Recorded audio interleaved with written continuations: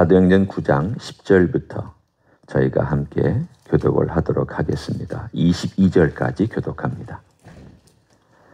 그때에 다메섹에 아나니아라 하는 제자가 있더니 주께서 환상 중에 불러 이르시되 아나니아야 하시거늘 대답하되 주여 내가 여기 있나이다 하니 주께서 이르시되 일어나 집가라 하는 거리로 가서 유다의 집에서 다소 사람 사울이라 하는 사람을 찾으라. 그가 기도하는 중이니라. 그가 아나니아라 하는 사람이 들어와서 자기에게 안수하여 다시 보게 하는 것을 보았느니라 하시거늘 아나니아가 대답하되 주여 이 사람에 대하여 내가 여러 사람에게 듣사온즉 그가 예루살렘에서 주의 성도에게 적지 않은 해를 끼쳤다 하더니 여기서도 주의 이름을 부르는 모든 사람을 결박할 권한을 대제사장들에게서 받았나이다 하거늘 주께서 이르시되 가라 이 사람은 내 이름을 이방인과 임금들과 이스라엘 자손들에게 전하기 위하여 택한 나의 그릇이라. 그가 내 이름을 위하여 얼마나 고난을 받아야 할 것을 내가 그에게 보이리라 하시니 아나니아가 떠나 그 집에 들어가서 그에게 안수하여 이르되 형제 사울아 주 곧 네가 오는 길에서 나타나셨던 예수께서 나를 보내어 너로 다시 보게 하시고 성령으로 충만하게 하신다 하니 즉시 사울의 눈에서 비늘 같은 것이 벗어져 다시 보게 된지라. 일어나 세례를 받고 음식을 먹음에 강건하여 지니라. 사울이 다메섹에 있는 제자들과 함께 며칠 있을새 즉시로 각 회당에서 예수가 하나님의 아들이심을 전파하니 듣는 사람이 다 놀라 말하되 이 사람이 예루살렘에서 이 이름을 부르는 사람을 멸하려던 자가 아니냐. 여기 온 것도 그들을 결박하여 대제사장들에게 끌어가고자 함이 아니냐 하더라. 같이 읽습니다. 사울은 힘을 더 얻어 예수를 그리스도라 증언하여 다메섹에 사는 유대인들을 당혹하게 하니라. 아멘. 사울이 이제 드디어 어떻게 바울이 변화되는가라고 하는 귀한 변화의 시점을 우리들에게 보여주고 있습니다. 그가 예수 그리스도의 빛을 본 순간 눈이 멀었습니다. 어떤 현상인지 우리는 잘 모르지만 너무나 강한 빛에 의해서 아마도 눈꺼풀에 어떤 막이 생겨난 것 같습니다. 그러니까 그는 거의 이제는 보지 못하는 장님 수준이 되어버렸습니다. 그가 그렇게 되었다는 것을 우리가 알 수 있는 것은 다른 사람의 손에 이끌려서 오늘 있는 그 집에 3일 동안 아무것도 먹지 못하고 사실은 먹지 않은 거죠. 먹지 못한 것이 아니라 먹지도 않고 마시지도 않고 오늘 거기에 나와 있는 한 단어가 주님께서 하신 말씀입니다. 11절에 보면 그가 기도하는 중이니라. 그가 기도하는 중이니라. 3일 동안 금식하면서 밤낮으로 기도했습니다. 얼마나 회개할 게 많았을까요? 생각해 보십시오. 스데반을 죽인 살인자입니다. 그때는 당연히 스데반은 돌 맞아 죽어야 된다라고 생각하고 돌을 던진 사람 중에 하나였고 그 책임자였잖아요. 제일 책임이 큰 사람입니다. 그런데 알고 보니까 스데반을 죽인 것은 합당한 게 아니라 불법이었다는 것. 하나님 아버지 앞에서 불법이었다는 것을 발견한 겁니다. 살인이죠. 그러면 살인이죠. 무죄한 자를 죽인 살인이죠. 그것도 하나님을 대항하여 하나님을 신실하게 따르고 하나님을 증언하고 예수님을 증언하던 사람을 죽여버린 살인자였습니다. 첫째, 살인죄. 둘째, 예수 그리스도를 핍박하고 예수 그리스도를 믿는 교회를 핍박한 엄청난 죄. 단순히 한 사람에게 머무는 것이 아니라 교회를 핍박했다는 거죠. 교회란 예수님의 몸입니다. 예수님의 몸을 핍박했다는 것은 그 몸의 머리가 되시는 예수님을 핍박했다는 뜻이고, 예수님을 핍박했다라는 것은 하나님을 핍박했다라는 뜻입니다. 말이 안 되죠. 하나님은 핍박당하는 분이 아니지만 지금 제가 그 설명하기 위해서 이렇게 사용합니다. 그러니 하나님 입장에서 보면 아주 괘씸한 불순종, 배역, 반역, 우리가 말할 수 있는 허물, 죄, 이런 것들이 있는 사람이지 않습니까? 이게 지금 이 사울의 마음속에 다 떠오르고 있습니다. 아, 내가 이런 배역한 사람이구나. 내가 이렇게 끔찍하게 죄를 지은 사람이구나. 나는 옳다고 했는데 이게 전혀 옳지 않았구나. 나는 하나님을 섬기는 열심을 가지고 하나님께 충성하고 하나님께 경건한 마음을 가지고 이 일을 행했는데 이게 다 엉터리였구나. 이게 다 아무것도 아니었구나. 심지어는 그런 구약의 선생님 아닙니까? 성경 박사 아닙니까? 성경 박사인데도 불구하고 성경에 대한 해석을 자기는 최고로 잘한다고 생각했는데 핵심이 빠져 있었습니다. 구약의 핵심은 예수님입니다. 메시아입니다. 예수님이 빠지면 구약은 그냥 이렇게 있는 구조물에 불과합니다. 생명이 없는 구조물에 불과합니다. 아, 나는 그냥 껍데기만 알고 있었구나.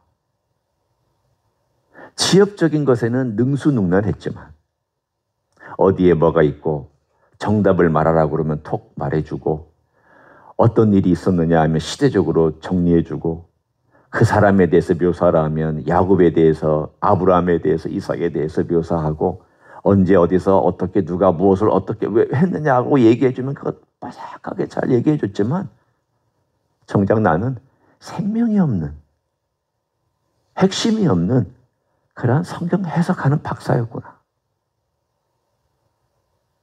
3일 동안 그는 그 모든 것들이 다 회개 제목입니다. 여러분도 그렇잖아요? 회개할 때 우리 주님께서 여러분에게 은혜를 주셔서 회개시킬 때 얼마나 회개하는 제목이 많은지.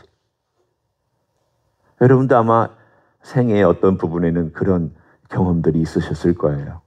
지금은 이렇게 간혹 가다 하나씩 생각나지만 정말 회개시키실 때에는 무슨 놈의 죄가, 제가 이 무슨 놈의 죄라고 하는 것은 표현을 위해서 쓰는 말입니다. 무슨 놈의 죄가 그렇게 많은지, 그리고 왜 그렇게 허물이 많은지, 그리고 나는 왜 이렇게 못났는지, 그 모든 것들이 그렇게 생각날 때가 있었습니다. 지금 사울이 그 상황입니다. 그런데 거기에 보면은 그가 어떤 상황이었는가에 대한 것을 묘사하는 것이 18절에 이렇게 묘사되어 있죠. 즉시 사울의 눈에서 비늘 같은 것이 벗어져 다시 보게 된지라. 비늘 같은 것이 벗어졌다라고 되어 있습니다. 이 비늘이 생긴 것은 바로 주님의 심판이면서도 은혜입니다. 어떤 점에서 심판인가 하면 주님께서 나타나셔서 이제까지 사울이 행하였던 죄를 이 비늘이 상징적으로 보여주고 있습니다. 이게 너다. 이게 네 모습이다. 네 모습은 어둠이다. 너는 가려져 있었다. 너는 보지 못한다. 그리고 너는 이 허물, 특별히 이 비늘 같은 막에 쌓여 있었다. 결국은 이 비늘은 사울을 덮고 있었던 것이었고, 육체적으로 이 비늘이 겉으로 드러났지만 이 비늘이 있음으로 말미암아 사울은 내가 영적으로나 정신적으로나 육체적으로나 바보였다. 죄인이었다. 이걸 깨닫게 해주시는 하나의 주님께서 주신 장치였다고 생각합니다. 신체적으로 느끼는 장치지만 그러나 영적으로도 그는 이것을 느끼면서 주님께 고백하고 있습니다. 사람은 참 많이 가려져 있더라고요. 저도 그래요. 어떤 사람은 그것을 한꺼번에 정말 급박하게 깨닫는 사람이 있죠. 여기 나오는 바울처럼 정말 막 급류가 휩쓸려 내려오듯이 저 산 위에서 엄청난 막 폭발음처럼 막 콸콸콸콸콸 하면서 흘러내려오면서 그렇게 급박하게 깨지고 엎드려지고 회복하고 깨닫는 그런 사람도 있는가 하면 이 과정이 시간적으로 오래 걸리면서 깨닫는 사람도 있습니다. 하나님께서 어떻게 역사하시는지 모르지만 분명한 것이 있습니다. 하나님의 은혜입니다. 이게 하나님의 은혜구나. 이 비늘이 생겨서 있다라는 것을 알게 된 것이 하나님의 은혜구나. 주님이 나타나지 않으셨다면 사울은 절대 바울이 될 수가 없습니다. 깨닫지 못합니다. 깨달으려고 아무리 애를 써도 깨닫지 못합니다. 우리하고 참 비슷합니다. 아무리 말해도 아무리 누가 설명해도 깨닫지 못하는 사람은 깨닫지 못하더라고요. 뭐가 있어야 될까요? 은혜가 있어야 됩니다. 은혜가. 아무리 노력해도요, 안 돼요. 아무리 내가 뭘 잘못했니? 알려고 해도 잘 안 돼요. 세상 사람들은 그렇게 얘기를 하죠. 열심히 성찰하십시오. 열심히 들여다보십시오. 열심히 자기를 돌아보십시오. 네, 어느 정도는 될 수도 있겠죠. 그러나 가장 근본적인 문제는 못 보더라고요. 뭐가 있어야 될까요? 은혜가 찾아와야 깨닫기 시작합니다. 사울을 찾아왔던 은혜가 예수님이잖아요. 다메섹 도상에서 그 은혜가 찾아와서 빛으로 그를 비추셨잖아요. 그리고 그의 허물을 깨닫게 하셔서 비늘이 눈에 생겼잖아요. 그리고 그 비늘 때문에 아무것도 안 보이는 상황 가운데서 3일 동안 금식하며 기도를 했잖아요. 그리고 그 기도하는 동안에 그는 몸부림쳤잖아요.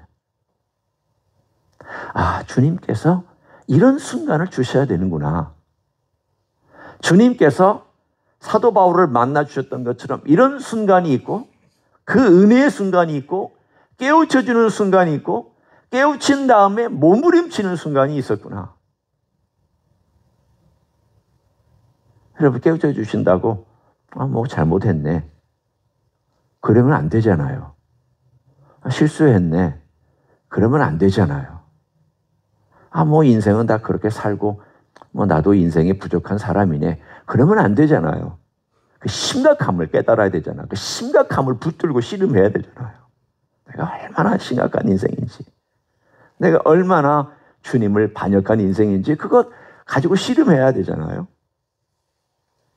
잘 보시면 지금 사울이 씨름하고 있고 사울이 경험하고 있는 과정이 우리가 평생 주님 앞에서 경험해야 되는 과정하고 비슷합니다.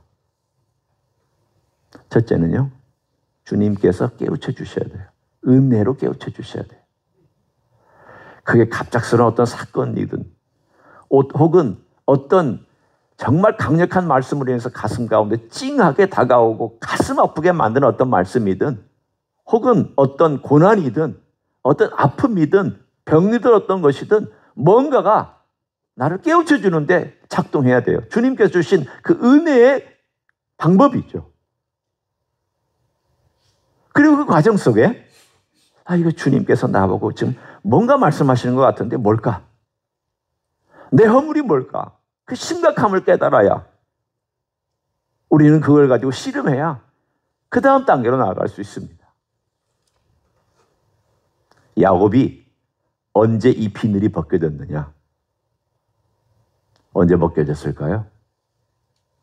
여러분 야곱의 생애에서 베델에서 벗겨졌을까요? 저는 그렇게 생각하지 않습니다. 야곱의 생애에 그의 비늘이 벗겨진 것은 약복 강가에서입니다. 그의 인생에 달라진 것이 뭐냐면 분이엘이라는 단어에서 나타나 있습니다. 분이엘은 내가 하나님을 배웠다 입니다. 내가 하나님을 배웠다. 천사와 씨름하던 그 천사가 하나님입니다. 저는 여러분에게 언젠가 말씀드린 적이 있지만 성자 하나님께서 야곱 곁에 나타나셔서 야곱과 씨름해 주셨습니다. 그런데 야곱은 씨름했습니다. 그리고 그의 환두뼈가 꺾이면서 그는 거기서 하나님을 보았다라고 했습니다. 야곱의 환두뼈가 꺾인 그 상황이 저는 오늘 여기에 사울의 눈에서 비늘 같은 것이 벗어졌다라고 하는 경험과 같은 것이라고 생각합니다.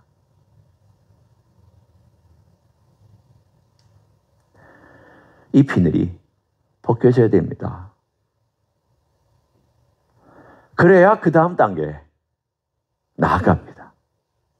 그 다음 단계에 분이엘의 경험을 했다고 야곱이 아무런 고난이 없느냐? 아니요. 그 다음에도 보면 고난 계속 나타납니다. 그 다음에 계속 시련 나타납니다. 어려움이 있습니다. 그러나 이 결정적인 분이엘의 경험을 한 이후로 그는 하나님 앞에 더 가까이 갑니다. 그때마다 내가 더 주님께 가까이 가야 되겠다. 그리고 주님께 더 나아가고 주님께 더 기도하고 주님 앞에 그리고 자기의 모습을 노출하고 나중에 애굽에 내려갈 때 자기 아들이 살아있다는 걸 알고 애굽에 내려갈 때 그가 부엘세바에서 자기 할아버지인 아브라함이 우물을 받던 부엘세바에 내려와서 기도합니다. 하나님, 갈까요? 어떻게 할까요? 하나님은 이곳 땅을 떠나지 말라고 우리 할아버지에게, 우리 아버지에게 말씀하셨는데 이거 제가 가야 됩니까? 아들이 오라고 해서 가야 됩니까? 말아야 됩니까? 기도했습니다. 그랬더니 하나님께서 나타나셔서 가라. 내가 너와 함께 가겠다. 야곱이 그런 사람이 아니었잖아요. 여러분 야곱 아시잖아요. 야곱 어떤 사람이에요? 저질러 놓고 보고 사는 사람. 저질러 놓고 보고 사는 사람이에요. 먼저 자기가 하고 사는 사람이에요. 먼저 그냥 행하고 사는 사람이에요. 자기 욕심대로 먼저 움켜쥐는 사람이었잖아요. 그 사람이 바뀌었잖아요. 어디서 바뀌었느냐? 분이엘에서 바뀌었습니다. 껍질이 벗겨졌습니다. 비늘이 벗겨졌습니다. 사울이 바울이 됐습니다. 예수님의 은혜로 나타나 주셨고요. 분이엘에서도 하나님이 나타나 주셨습니다. 먼저 나타나 주셨습니다. 내가 하나님을 만나서 내가 하나님하고 씨름한 게 아니라 하나님이 날 찾아오셔서 하나님이 나와 함께 씨름해 주신 것이지 내가 하나님께 나아가가지고 내가 뭔가를 한 거 아닙니다. 오해하지 마세요. 신앙은 내가 뭔가를 이룬 것도 아니에요. 내가 뭔가를 목표를 성장한 것도 아니고 내가 깨우친 거 아닙니다. 그건 기독교 아닙니다. 기독교는 하나님께서 깨우쳐 주시는 겁니다. 그러면 우리는 어떻게 되냐? 그러면 우리는 무작정 기다려야만 됩니까? 네, 그렇지는 않죠. 우리는 오늘 여기에서 한 몇 가지만 같이 적용해 보려고 합니다. 주님께서 저에게 은혜를 주셔서 주님 깨우쳐 주십시오. 바울을 찾아왔던 주님. 제 삶 가운데 이미 저를 찾아와 계시고 저를 그리스도인으로 만들어 주셨는데 혹시라도 제가 아직도 깨닫지 못하고 이런 비늘 같은 것이 덮여 있어서 보지 못하고 그러니까 시야가 흐려 있거나 눈이 가려져 있다면 주님 이것 벗겨주십시오. 기도할 필요가 있습니다. 이게 첫 번째 기도입니다. 완벽한 인생 없습니다. 편향적 사고를 가지지 않았다고 말할 만한 인생 없습니다. 다 문제 있습니다. 그러나 우리가 우리 하나님 아버지 앞에 기도할 때 그런 은혜를 달라고 주님 저를 좀 깨우쳐 주십시오. 눈 열어 주십시오. 그리고 비늘이 있다면 알게 해 주십시오. 그리고 깨닫게 해 주십시오. 두 번째는 그 비늘이 있다면 이걸 가지고 심각하게 씨름할 수 있도록 그 심각함이 얼마인지 알게 해달라고 기도할 필요가 있습니다. 제 생애를 보면은요, 예수 믿는 가정에서 태어났기 때문에 이 죄라는 것을 알았어요. 그런데 생각보다 몰랐어요. 말이 좀 이상하죠.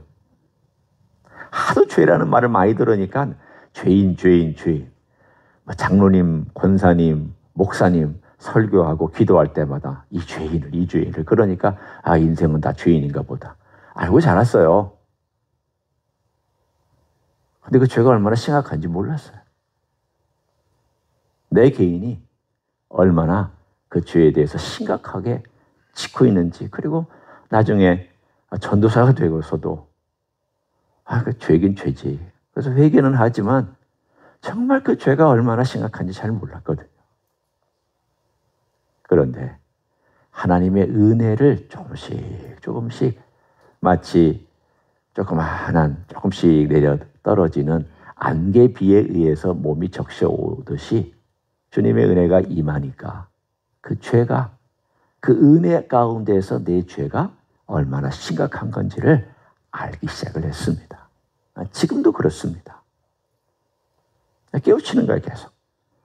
그래서 저는 이 말씀을 읽을 때마다 사울의 눈에서 비늘 같은 것이 벗어졌다라고 하는 이 말씀을 읽을 때마다 내 눈에서 벗겨져야 될 비늘이 또 있을까? 아직도 내게 남아있는 그것이 있을까? 그런 생각을 하면서 주님께 은혜를 구합니다. 알게 해달라고. 그리고 이걸 가지고 씨름하며 주님의 벗겨주시는 주님의 은혜로 벗겨달라고.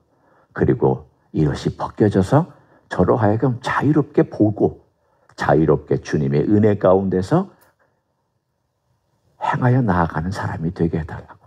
어떨 때는 이사야서에 나온 말씀처럼 독수리가 날개치며 올라감 같고 뛰어가 다른 박질하는 것처럼 뛰어가기도 하고 어떨 때는 걸어가도 피곤치 아니하는 그런 인생을 살게 해달라고. 여러분, 우리 인생에 껍질이 벗겨지고 이런 비늘이 없어진다고 모든 것이 독수 날개치며 올라가는 것만 있는 거 아니에요. 잘 순서를 보세요. 독수 날개치며 올라가죠. 두 번째는 뛰어가죠. 세 번째는 걸어가요. 걸어가도 피곤치 아니에요. 우리 인생에 어떨 때는요, 걸어가면서 닥치는 수많은 사건들이 많아서 피곤하게 될 때가 많습니다. 어느 때에도 주님께서 은혜를 주셔도 그럴 때 많아요. 내 비늘이 벗겨져도 피곤한 인생 돼요. 그렇지만 주님의 은혜가 계속 나를 붙들고 있다는 걸 알면 우리는 이 길을 걸어갈 수 있는 줄 믿습니다. 오늘 하루도 우리 주님의 은혜를 구하고 그 은혜 안에서 깨닫고 은혜 안에서 변화되고 은혜 안에서 피곤해도 끝까지 걸어가고 주님의 사람으로 살아가는 여러분 되시기를 예수님의 이름으로 간절히 축원합니다. 기도하겠습니다. 통성으로 기도하기를 원합니다. 여러분, 사도 바울이 그의 생애에서 비늘이 벗겨졌지만 그가 신체적인 비늘은 한 번 벗겨졌어도 생애에 많은 여러 가지 비늘들이 계속 벗겨졌다는 것을 그의 신앙 고백 속에서 알 수가 있습니다. 그는 앞에 있는 것을 잡으려고 다른 박질했다고 합니다.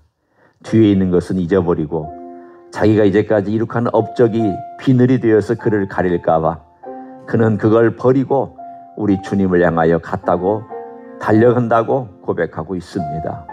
우리의 삶에는 이런 비늘들이 많습니다. 교만의 비늘, 아직도 나 자신 중심으로 생각하는 비늘, 여전히 우리 주님 말씀보다는 내 생각이나 내 감정이나 내 계획대로 하려는 그런 비늘, 여러 가지 종류의 비늘들이 나를 가리고 있거나 아직도 주님께 바로 바라보지 못하고 주님을 알지 못하게 만드는 것들이 있습니다.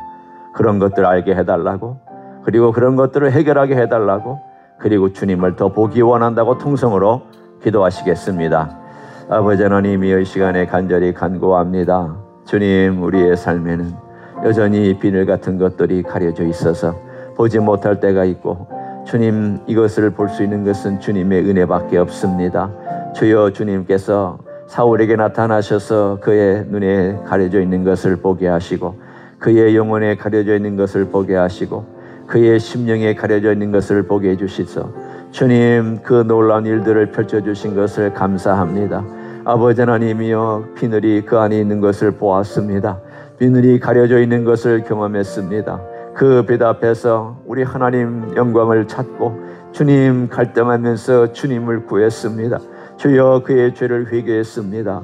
주님 앞에 나아갈 수 있는 시간을 가졌습니다. 주님을 알게 해달라고, 주님을 경험하게 해달라고 그는 묵상하며 기도하였습니다. 주님께서 역사하여 주셨습니다. 주님께서 그 가운데 기름 부어 주셨습니다.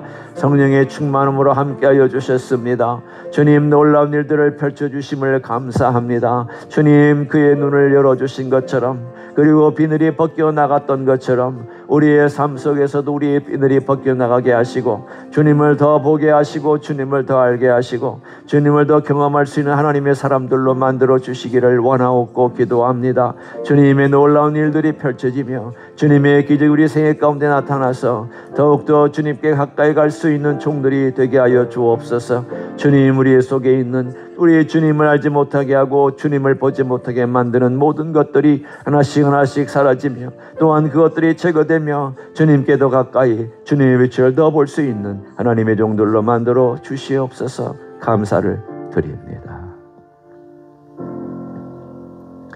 하나님 아버지, 사울이 자기 안에 있는 비늘이 어떤 것인가를 3일 동안 경험하였습니다.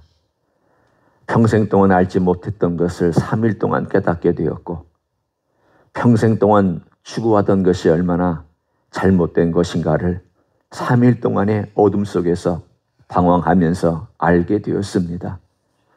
그는 자기의 허물을 보았고 그리스도의 빛 앞에서 거꾸러진 자기의 모습을 보았습니다.